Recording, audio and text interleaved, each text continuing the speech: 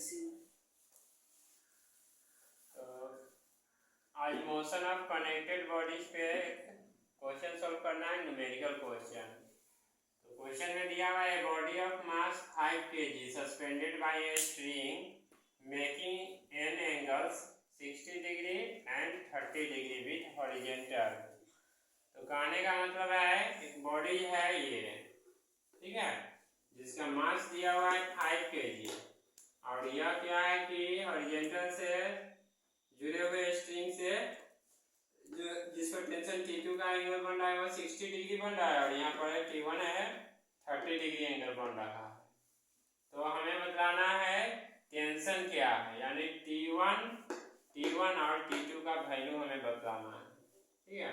तो सबसे पहले हम देखते हैं इसमें हॉरिजॉन्टल वाले फॉर्म में देखेंगे क्या होता है।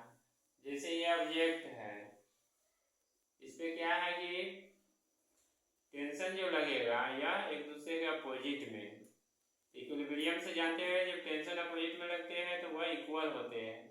तो यहाँ पर है एंगल हॉरिजॉन्टल से बन रहा है, यहाँ भी क्या होगा एंगल हॉरिजॉन्टल से बन रहा है, तो यहाँ 60 डिग्री और यहाँ पर 30 डिग्री, ठीक है। ये T1 है और यह क्या है T2 है। तो लिखेंगे T1 cos 60 degree equal to T2 cos 30 degree, या किसके लिए तो हॉरिजॉन्टल के लिए, ठीक है। तो T1 और cos से 60 का वैल्यू होता है 1/2 equal to T2 cos 30 degree का वैल्यू होता है √3/2। अब 2 से 2 क्या होगा कैंसिल हो जाएगा। T1 इक्वल टू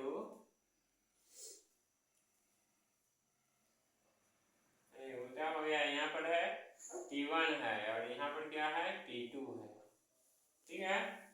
तो यहाँ T2 लिखेंगे और यहाँ T1,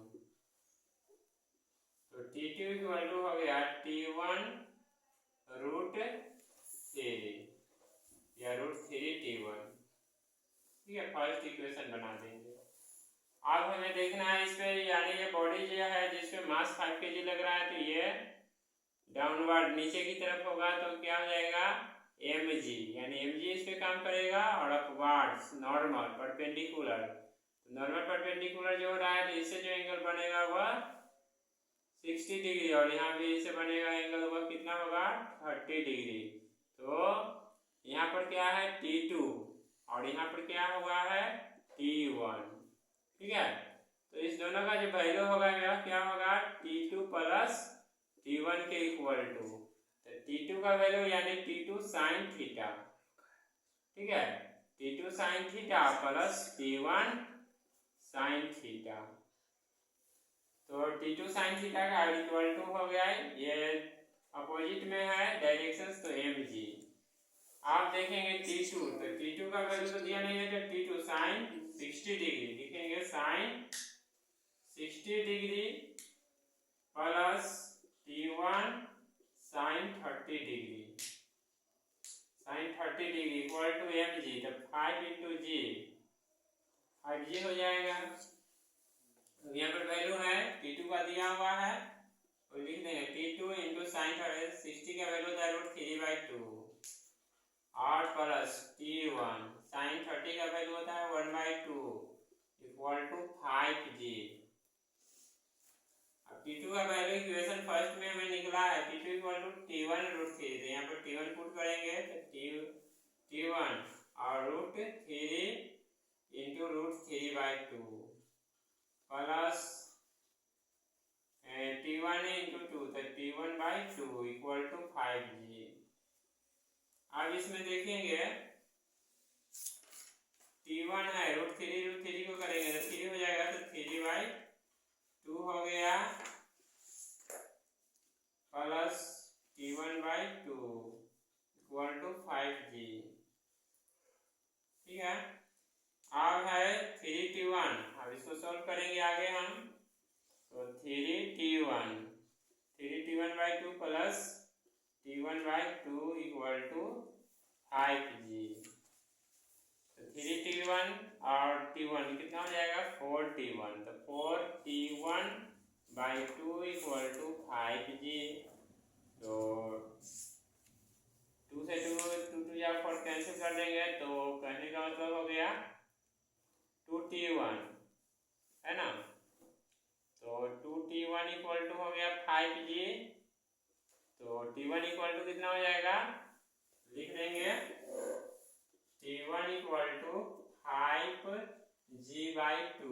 अब क्या करेंगे, G का वैल्यू ले लेंगे 9.8 या 10 ले लेंगे। तो 5 इंटू ले लिया 9.8 ही ले लेते हैं, 9.8/2 कटेगा 4.9 हो गया, यानी T1 का वैल्यू हमारा आया 24.5 न्यूटन। T1 निकल गया। अब T2 हमें निकालना है, तो T2 निकालेंगे।